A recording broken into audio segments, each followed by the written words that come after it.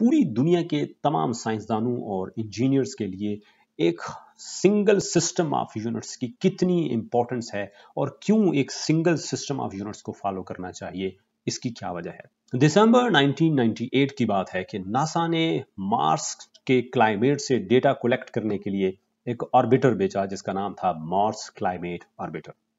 सिर्फ 9 मंथ के बाद सितंबर 23, 1999 में ये जो ऑर्बिटर था ये अचानक गायब हो गया। इसकी जब तहकीक की गई कि इसके डिसअपीयर होने की क्या वजह है, तो पता चला कि इस साइंटिफिक मिशन के ऊपर, इस प्रोजेक्ट के ऊपर जो टीम्स काम कर रही थी। Hello students, welcome to our educational channel Alpha Science Academy. तो कैसे हैं आप सब लोग? खैरियत से हैं, खुशबाश हैं? तो जल्दी से अपनी कॉपी पेंसिल ले लें और नोट्स लिखना शुरू करें, क्योंकि आज हम चैप्टर नंबर 1 यानी मेजरमेंट का third topic system international of units आपको पढ़ाने वाले हैं। बहुत ही इंपॉर्टेंट लेक्चर है, बहुत ही ध्यान से सुनना है और लिखना है और इसको याद भी करना है, ठीक है। इसके ऊपर मैं टेस्ट का एक सिलसिला भी शुरू करूंगा, लेकिन फिलहाल हम ये लेक्चर्स वाला जो सीरीज है इसको कंप्लीट कर लें। सो बगैर किसी ताखीर के शुरू करते हैं, लेट्स स्टार्ट। तो सबसे पहला है कि सिस्टम इंटरनेशनल ऑफ यूनिट्स क्या है और इसकी क्या जरूरत पेश आई। भाई ऐसा है कि दुनिया के मुख्तलिफ मुल्कों में, हमारे मुल्क में, हमसाया मुल्क में और इसी तरह दुनिया के हर बड़े मुल्क में यूनिट्स का एक अपना निज़ाम था, लोकल सिस्टम था लोगों का। एक तो बार्टर सिस्टम होता था, दूसरे नंबर पे लोगों ने अपने तौर पे ही कुछ यूनिट्स बनाए हुए थे जो उस मुल्क में सदियों से चलते आ रहे थे और वो फॉलो किए जाते थे, कोई प्रॉब्लम नहीं थी। लेकिन जब लोगों ने इंपोर्ट एक्सपोर्ट शुरू की, ट्रेड शुरू की, तजारत शुरू की, तो फिर कुछ लोग अपनी ज़रूरत के तहत अपनी डिमांड पे चीज़ें बनवाना शुरू हुए। तो वो जो दूसरे मुल्क से डिमांड पे चीज़ें, आर्डर पे चीज़ें बनवाई जाती थी, तैयार किया करवाई जाती थी, उनके यूनिट्स कुछ और होते थे, हमारे यहाँ यूनिट्स कुछ और होते थे। तो लोगों को उनके यूनिट्स को फॉलो करने में, समझने में दुश्वारी पेश आ रही थी। ये हमारे साथ नहीं बल्कि पूरी दुनिया के मुख्तलिफ मुल्कों में ये प्रॉब्लम चल रही थी। इसके ऊपर साइंसदानों ने सोचना शुरू किया और फिर 17 मुल्कों ने एक टीम बनाई जिसका आगाज पेरिस में हुआ लगभग 20 मई 1875, यानी आज से पौने 200 साल पहले इस पे काम होना शुरू हुआ था। तो एक कमेटी बनी जिसका काम था वेट्स और ब्यूरो की, जो bureau of weights and measurements, उसने इसके ऊपर काफ़ी सारी जो थी अर्करेजी करना शुरू की। फिर इस तरह पूरी दुनिया के मुख्तलिफ मुल्कों से सिस्टम ऑफ यूनिट्स, जो लोकल सिस्टम ऑफ यूनिट्स थे, वो मंगवाए गए। उनके ऊपर तहकीक हुई कि किस सिस्टम में किस चीज़ को किस यूनिट में मेजर किया जाता है, और इस तरह से उन सबको एक जगह पे इकट्ठा हुआ। फिर एक कॉन्फ्रेंस हुई, 2 हुई, 3 हुई, 4 हुई, इस तरह चलती रही। और 13th जो कॉन्फ्रेंस हुई 1960 में, उसमें पूरी दुनिया के साइंसदानों ने, जिसमें यूएसए, इंग्लैंड, ऑस्ट्रेलिया वगैरह बड़े बड़े मुल्क शामिल थे, उन्होंने एक फैसला किया कि हम एक ऐसा निज़ाम बनाएंगे, और सब लोगों ने उस पर इत्तफाक भी किया जो पूरी दुनिया के लोगों को एक्सेप्टेबल हो, पूरी दुनिया को उसका पता हो। और इस तरह से एक निज़ाम जो था, यूनिट्स का एक सिस्टम जो था, वो बनाया गया, जिसको आज हम सिस्टम इंटरनेशनल ऑफ यूनिट्स या फिर मैट्रिक्स सिस्टम या फिर SI यूनिट्स कहते हैं। तो आपने देखा कि किस तरह से इसकी ज़रूरत पेश आई और फिर किस तरह दुनिया भर के साइंसदान पेरिस में इकट्ठा होना शुरू हुए, और हाँ, इसमें 17 मुल्क थे शुरू में और बाद में फिर सारे लोग इसमें शामिल हो गए। तो किस तरह उन्होंने एक कोलैबोरेशन के साथ एक निज़ाम जो था वाज़े किया। और ये जो आप आज सिस्टम इंटरनेशनल ऑफ यूनिट्स के बारे में पढ़ते और पढ़ाते हैं, इसके ऊपर बहुत सारा काम हुआ है, इसके ऊपर बहुत सारी मेहनत हुई है, पूरी दुनिया के लोगों ने इसके ऊपर काफ़ी सारी रिसर्च की है। उसके बाद ये सिस्टम जो था आज हमारे पास है और हम इसको बहुत आसान तरीके से समझ सकते हैं।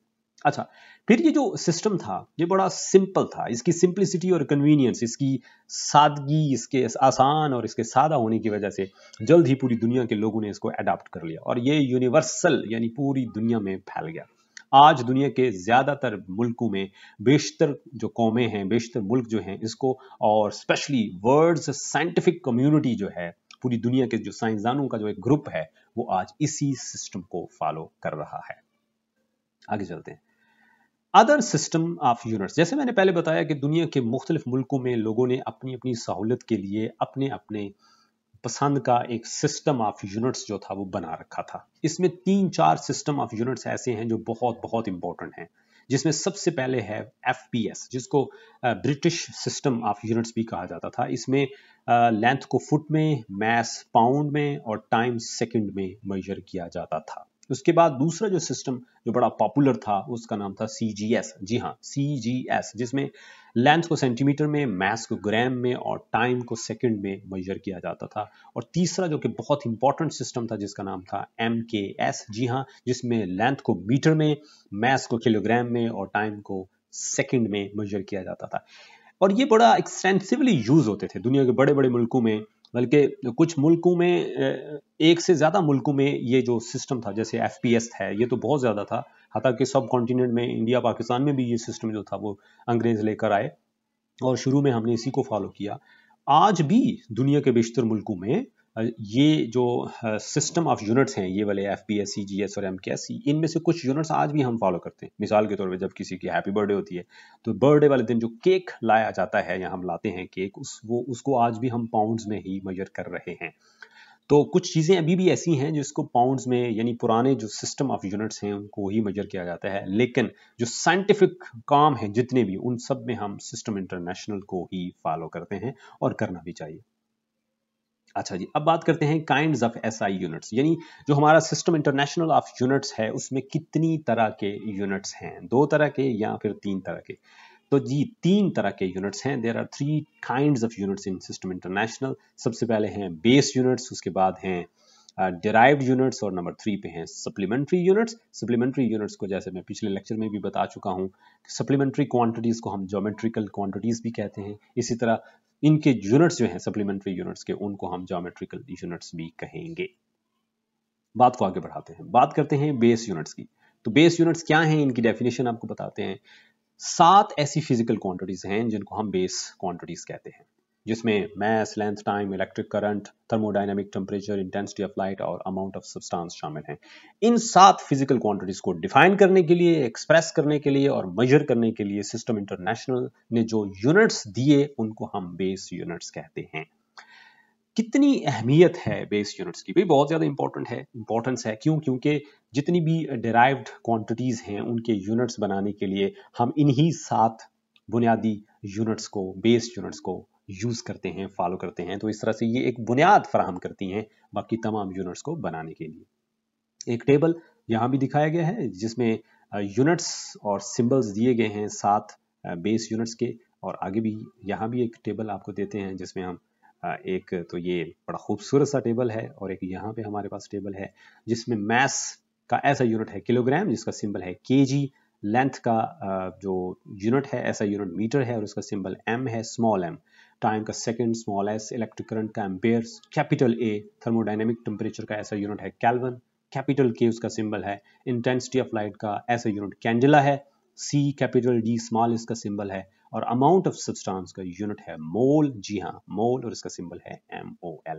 तो ये आपके सामने एक टेबल हमने रखा है जिसमें 7 बेस क्वांटिटीज के base units with SI units और विद देयर सिंबल्स हम दिखाए गए हैं। इसमें कुछ चीज़ों का ध्यान रखना है कि जो यूनिट साइंटिस्ट्स के नेम पे हैं, जैसे एम्पेयर है, केल्विन है, उनका जब आपने सिंबल लिखना है तो कैपिटल रखना है। इसके ऊपर आगे चल के मैं तफसील से भी बात करूंगा।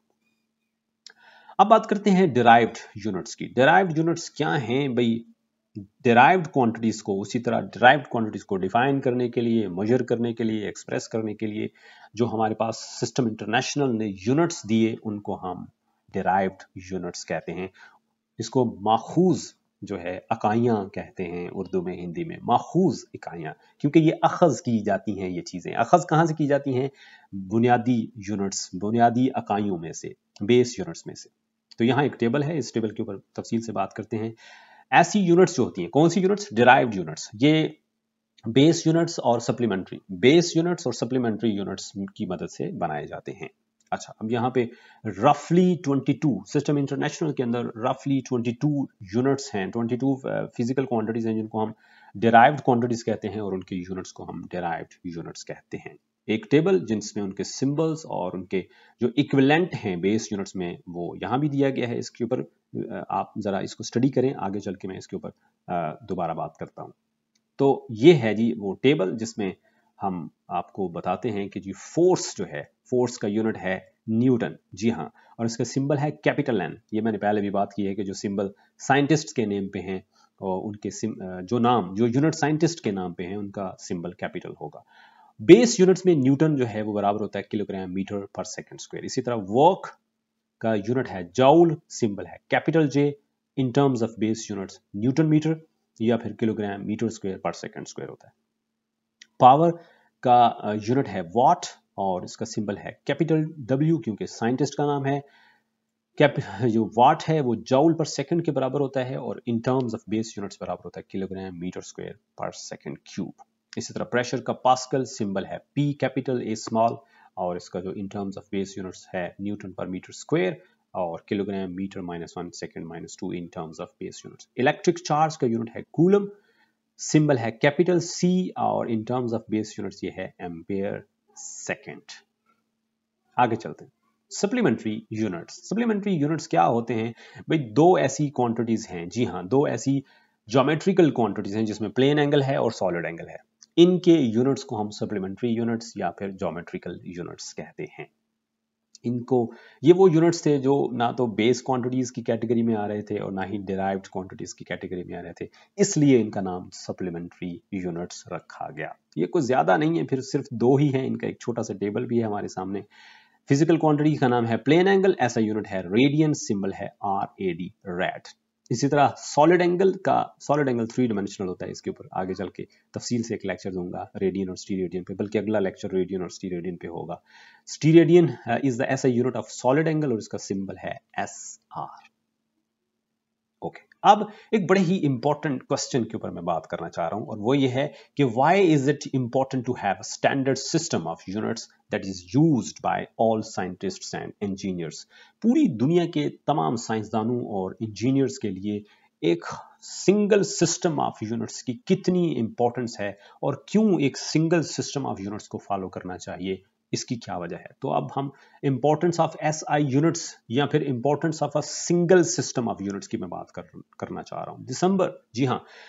दिसंबर 1998 की बात है कि नासा ने मार्स के क्लाइमेट से डेटा कलेक्ट करने के लिए एक ऑर्बिटर भेजा जिसका नाम था मार्स क्लाइमेट ऑर्बिटर। ये है उसकी तस्वीर। सिर्फ 9 मंथ के बाद सितंबर 23, 1999 में ये जो ऑर्बिटर था ये अचानक गायब हो गया। इसकी जब तहकीक की गई कि इसके डिसअपीयर होने की क्या वजह है, तो पता चला कि इस साइंटिफिक मिशन के ऊपर, इस प्रोजेक्ट के ऊपर जो टीम्स काम कर रही थी वो 2 टीम्स थी और वो दोनों unfortunately 2 different system of units को फॉलो कर रही थी। कैसे? एक टीम जो है वो FPS यानी फुट पाउंड सेकंड्स में अपनी मेजरमेंट कर रही थी, जबकि दूसरी टीम ये सपोज कर रही थी कि ये जो डेटा, ये जो कलेक्शन, ये जो कैलकुलेशंस, ये इंफॉर्मेशन आ रही है ये SI यूनिट्स में है।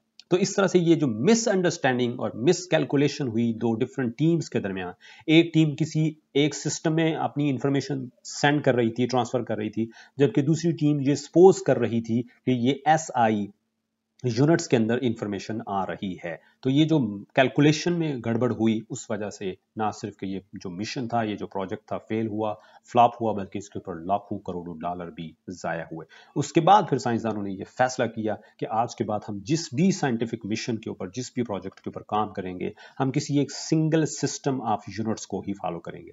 वो FPS हो या कोई और हो, लेकिन बेहतर है कि वो सिस्टम इंटरनेशनल ऑफ यूनिट्स हो और वो सिंगल हो। दोनों 2 टीम हो, 4 हो, 40 हो, 50 हो, कोई मसला नहीं, लेकिन सारी की सारी टीम्स जो हैं वो किसी एक सिंगल सिस्टम ऑफ यूनिट्स को ही फॉलो कर रही हों, ताकि ये दोबारा इस तरह की मिसकैलकुलेशन और मिसअंडरस्टैंडिंग ना हो और दोबारा कोई इस तरह का जो मिशन है वो फ्लॉप ना हो। तो ये थी इंपॉर्टेंस किसी सिंगल सिस्टम ऑफ यूनिट्स को फॉलो करने की। अब समरी के ऊपर बात करते हैं तो भाई सबसे पहले हमने बात ये की है कि 1960 में इंटरनेशनल कमेटी ऑफ यूनिट्स ने इस बात पे इत्तफाक किया कि दुनिया की तमाम फिजिकल क्वांटिटीज को मेजर करने के लिए एक सिंगल सिस्टम ऑफ यूनिट्स होना चाहिए और उसका नाम रखा सिस्टम इंटरनेशनल ऑफ यूनिट्स, जिसको हम सिंपली SI यूनिट्स भी कहते हैं। सिस्टम इंटरनेशनल ऑफ यूनिट्स में 3 तरह के यूनिट्स हैं, जिसमें बेस है, डिराइव्ड है और सप्लीमेंट्री यूनिट्स हैं। 7 बेस यूनिट्स हैं, 2 सप्लीमेंट्री यूनिट्स हैं और लगभग 22 डिराइव्ड यूनिट्स हैं। इससे ज्यादा भी हो सकती हैं। That's it. मैं हूं मोहम्मद आफ्ताब अहमद और आप देख रहे थे अपना प्यारा सा educational channel Alpha Science academy. अपना फीडबैक ज़रूर दीजिएगा, क्या अच्छा लगा, क्या बुरा लगा, आप क्या इसमें ऐड करना चाहते हैं, इस बारे में अपनी राय, अपनी सजेशन ज़रूर दीजिएगा। नेक्स्ट लेक्चर में मैं बात करूंगा रेडियन और स्टीरेडियन के ऊपर। सो जुड़े रहिए हमारे चैनल के साथ। अगले लेक्चर तक के लिए इजाज़त दीजिए। Good bye.